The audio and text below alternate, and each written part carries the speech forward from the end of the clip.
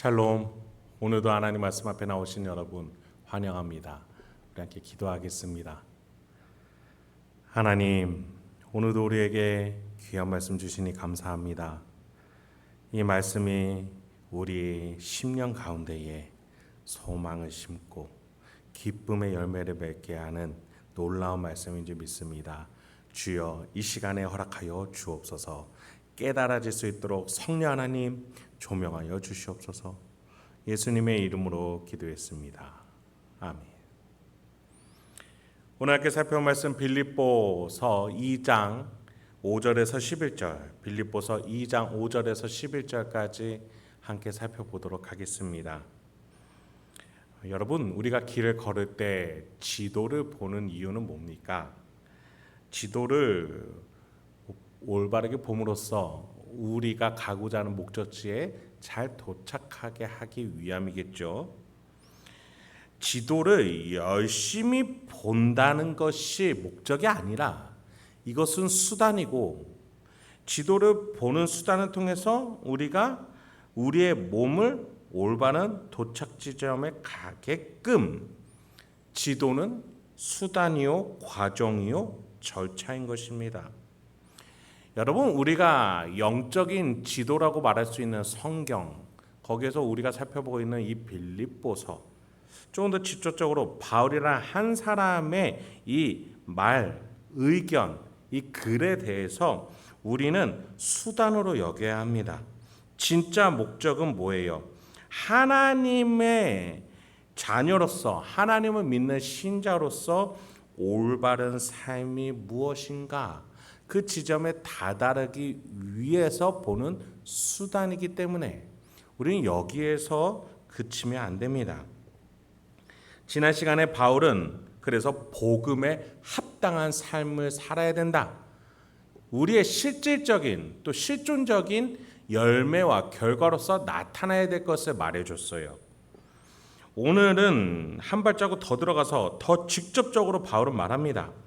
예수의 마음을 품어야 된다. 이 복음에 합당한 삶은 어디서 나오는 거예요? 예수의 마음을 품으면서 말이죠. 5절입니다. 너희 안에 이 마음을 품으라. 곧 그리스도 예수의 마음이니. 바울은 신자라면 예수의 심장을 가지고 예수의 마음을 품으며 복음에 합당한 삶을 살아야 된다. 계속해서 이 표현을 반복해주고 있어요. 우리는 표면적인 사랑의 행위는 할 수 있어요. 그러나 이것은 일회성에 그치고 말아요. 예수의 사랑을 품은 자가 이 섬김과 낮아짐과 희생을 일관성 있게 지속적으로 지치지 않고 할 수 있다는 것이죠. 예수의 심장으로 사랑하는 것, 복음에 합당한 삶은 예수의 마음이 있어야 가능합니다. 오늘 본문 6절부터 11절은 이 빌립보서 중에, 아니 바울의 서신 중에 아마 가장 아름답고 유명한 시가 아닌가 싶을 정도로 많은 사람들에게 퍼져 있는 시입니다. 예수의 마음을 바울이 이렇게 표현해 주고 있어요. 먼저 6절부터 8절까지 함께 보시죠. 그는 근본 하나님의 본체시나 하나님과 동등됨을 취할 것으로 여기지 아니하시고 오히려 자기를 비워 종의 형체를 가지사 사람들과 같이 되셨고 사람의 모양으로 나타나사 자기를 낮추시고 죽기까지 복종하셨으니 곧 십자가에 죽으심이라. 예수의 마음, 가장 첫 번째 되는 예수의 마음은 무엇입니까? 바로 낮아짐입니다. 예수는 인간이 되기 전에도 신으로서 성부 하나님과 함께 계실 때에도 어떠한 태도로 성부 하나님을 대하고 있었습니까? 섬기고 사랑하는 분이셨어요. 성부 하나님과 같은 신이지만 성부 하나님을 섬기셨어요. 그리고 성부 하나님, 그 성자 하나님을 사랑하셨죠. 이렇게 삼위일체 하나님은 이 세상이 생기기도 전부터 서로 사랑하고 섬기는 존재로서 계셨던 거예요. 그런데 이 성자 하나님께서 성부 하나님이 펼쳐놓으신 구속사에서 순종하기로 결단을 하세요. 성부 하나님이 만들어 놓은 구속사의 세계를 성자 하나님이 순종하러, 섬기러, 도우러 가기로 결단한 것이죠. 그래서 무엇이 되셨습니까? 인간이 되신 거예요. 신이 인간이 되고자 하셨어요. 인간이 되었다가 그렇다고 다시 신으로 될 수는 없어요. 성자는 인간이 되면 거기에서 끝나는 거예요. 그럼에도 불구하고 성자 하나님, 그 신은 어마어마한 결단을 내립니다. 성부 하나님과 동등된 신의 위치를, 명예를, 권세를, 영광을 버리고 인간이 되기로 하신 거예요. 성부 하나님이 펼쳐놓으신 그 구속사의 세계를 순종하고 돕고자 말이죠. 더 나아가 성자 하나님은 하나님의 종이 되기로 하십니다. 종으로서 죽음을 각오하서라도 섬기기로 하셨어요. 그래서 지신 것이 바로 십자가셨습니다. 이렇게 성자 하나님, 그 성자 하나님의 이동 경로를 바울은 이렇게 아름답게 표현하면서 어떻게 성자 하나님이 낮아졌는지, 그래서 예수의 마음이란 것이 과연 무엇인지에 대해서 말해주고 있는 것이죠. 여러분, 우리는 본능적으로 높아질 때 안정감을 느껴 합니다. 그런데 문제는 이 안정감이 일시적이라는 것이에요. 이 안정감이 근본적이고 근원적인 것이 아니라 상대적인 것에 근거하기 때문에 일회성에 있다라는 겁니다. 타인에 비해 높아서 안정감을 갖고 타인보다 더 높은 자리에 앉음으로써 안정감을 갖기 때문에 비교 대상이었던 타인이 사라지거나 또는 타인이 나보다 높아지면 그 안정감은 사라지는 거예요. 여러분, 이것이 우리의 본능인데 우리 안에 무엇의 본능입니까? 죄의 본능이에요. 그런데 우리 안에는 이 죄 말고 또 다른 모습이 하나 더 있습니다. 뭡니까? 하나님의 창조물, 하나님의 형상이라는 우리의 모습이 한 가지가 더 있어요. 그러면 하나님의 창조물이 주는 안정감, 하나님의 창조물이 요구하는 안정감은 뭘까요? 바로 우리가 지금 위에서 살펴본 바와 같이 예수처럼 낮아지는 순리 안에서 안정감을 찾는 거예요. 성부 하나님이 성자 성령을 섬기셨고 또 성자 하나님이 성부 하나님을 섬기셨습니다. 이처럼 삼위일체 하나님이 이 세상이 생기기도 전에 서로 섬김으로써 계셨고 그 섬김의 형상으로 이 땅을 만드셨어요. 그 중에 우리가 있었어요. 그렇기 때문에 우리가 낮아지는 행보를 걸을 때에 하나님의 모습답게 걷는 것이 되고 하나님과 같이 걸을 수 있게 되는 것이기에 그 속에서 안정감을 찾을 수가 있는 거예요. 죄인으로서 높아지는 안정과는 전혀 결이 다른 종류의 안정감인 것이죠. 비교해서 얻는 것도 아닙니다. 유한하지도 않습니다. 이례적이지도 않아요. 낮아지는 안정감은 그래서 지속할 수 있는 거예요. 사라지지가 않는 거예요. 죄인으로서 높아지는 안정감과는 전혀 다른 것이죠. 이것이 바로 예수의 마음, 예수의 행보였던 겁니다. 이 마음은 하나님의 마음과 그리고 연결되어져 있어요. 여러분, 사람이 어떻게 계속 낮아질 수 있겠어요? 사람도 한계가 있기 마련이죠. 그런데 이것이 계속 이어질 수 있게끔 이 낮아지는 예수의 마음은 하나님과 연결되어져 있습니다. 그래서 계속 이어갈 수 있는 거예요. 9절부터 11절 바울은 이 이어져 있는 하나님의 마음을 어떻게 표현합니까?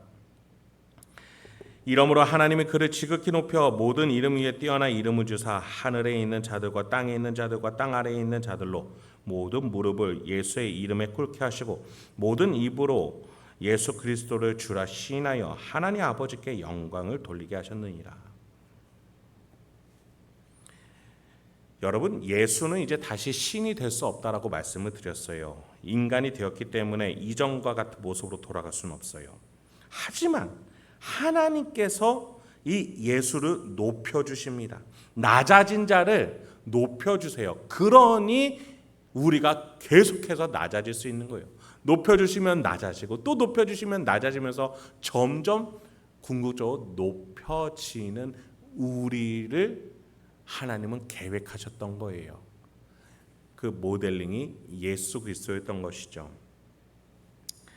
물론 여러분, 하나님이 10절과 같이 예수를 어떻게 하셨어요? 하늘에 있는 자들과 땅에 있는 자들과 땅 아래에 있는 자들로 모든 무릎을 예수의 이름에 꿇게 하시고, 하나님이 만든 지구뿐만 아니라 전 우주에서 예수를 가장 높이 올리셨어요. 이 지구에서뿐만 아니라 모든 우주에서 예수님을 높여주셨어요. 그런데 우리가 알기로 예수는 그 이전에도 이 온 우주를 만든 창조주였어요. 원래 높았던 신입니다. 그런데 인간이 되셨는데 하나님의 구속사는 뭐였어요? 섬긴 자를, 낮아진 자를 높여주신다라는 거예요. 하나님을 위해서 목숨을 잃고 의를 위해서 핍박받는 자를 높이고 살리시고 부활시키시며 생명을 책임지신다는 게 하나님의 원리예요. 게다가 하나님은 이에 그치지 않으시고 예수를 높이되 지극히 높이십니다. 이름을 가진 모든 만물에서 가장 뛰어난 자로 만드십니다. 예수가 이 지구에서 대표자뿐만 아니라 온 우주에서 가장 높은 자로, 본래의 위치로, 인간임에도 불구하고 가장 높은 위치로 하나님은 회복시키셨다라는 거예요. 그것 때문에 예수가 인간이 되기 전과 인간이 예수가 된 이후에 높아진 것과 달라진 건 뭐예요? 온 인류 중에 예수를 믿고 따르는 인류를 데리고 같이 높아졌다라는 거예요. 우리를 데리고 예수가 같이 높아지셨다라는 거예요. 그래서 예수의 마음을 품으라고, 예수와 함께 해야 된다고, 예수랑 같이 손을 잡아야 된다라고 바울은 계속해서 말하고 있는 것이죠. 예수는 이 지구에서만 높아진 것이 아니라 온 우주, 천상을 포함하여 높아진 것이었습니다. 모든 입으로 예수 그리스도를 주라고 시인하게끔 하나님이 높이셨어요. 여러분, 하나님은 주관자로서 신의 위치에 예수를 회복시키신 것이었어요. 하나님은 절대 우리에게 막연한 희생을, 막연한 섬김을 요구하지 않으세요. 우리가 희생하고 섬길 때 하나님은 더 놀랍게 회복시키시는 분이심을 기억하시기 바랍니다. 여러분, 예수의 낮아짐과 높아짐은 그래서 우리에게 의미가 있는 거예요.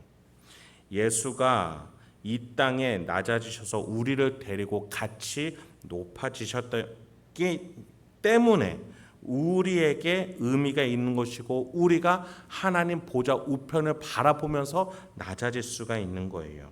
그래서 예수를 따라 순종하면서 낮아질 수가 있던 것이죠. 여러분, 이러한 하나님의 놀라운 원리와 구속사는요, 절대 숨겨져 있는 게 아니에요. 예수를 믿고 따르고 하나님에 대해서 마음을 열고 성령 하나님을 청하면서 함께 교제하고자 하는 모든 자들에게 이 구속사와 원리는 주어졌고, 예수 그리스도는 직접 이 땅에 오셔서 밝히셨고, 성령 하나님은 믿는 모든 자들에게 내주하셔서 지금도 조명해주고 계세요. 그래서 가장 중요한 건 우리가 낮아지면 됩니다. 하나님의 보좌 우편을 바라보며 예수를 바라보며 계속 낮아지고자 할 때 하나님은 우리를 높이시고, 그 높아진 그 하나님의 섭리를 바라보며 더 낮아지는 어마어마한 결단을 우리가 할 수 있게 되는 것이죠. 그래요, 마침내 우리는 다른 이를 죽기까지 사랑하고 끝없이 용서하면서 가장 높은 하나님 보좌 우편까지 다다를 그 날을 바라볼 수 있게 되는 것이지요. 여러분, 우리는 그곳에서 성부를 아버지라고, 성자를 형제라고, 성령이 내 안에 계셔서 나로 빛이 되게끔 하신다라고 우리는 말할 영광의 날을 그릴 수 있는 줄 믿습니다. 그 날을 바라보면서 빌립보 교회에게 말하는 거예요. 고난과 역경을 감내하자고, 능력 주시는 자 안에서 우리가 못할 일은 없다라고 말하는 것이죠. 여러분, 오늘 여러분의 일상 속에서 우리 주님과 함께라면 능치 못할 일이 없는 줄 믿습니다. 오늘도 우리 삼위 하나님과 함께 살아가시는 저와 여러분 되길 소망합니다. 함께 기도하겠습니다. 하나님, 오늘도 우리에게 귀한 말씀 주시니 감사합니다. 이 말씀을 통해서 오늘도 우리가 어떠한 삶의 태도와 자세를 가지고 나의 가정과 직장, 일상 그곳에서 어떠한 모습으로 살아내야 되는지 깨달아지는 은혜, 적용할 수 있는 용기, 실천할 수 있는 기쁨 허락하여 주옵소서. 예수님의 이름으로 기도했습니다. 아멘.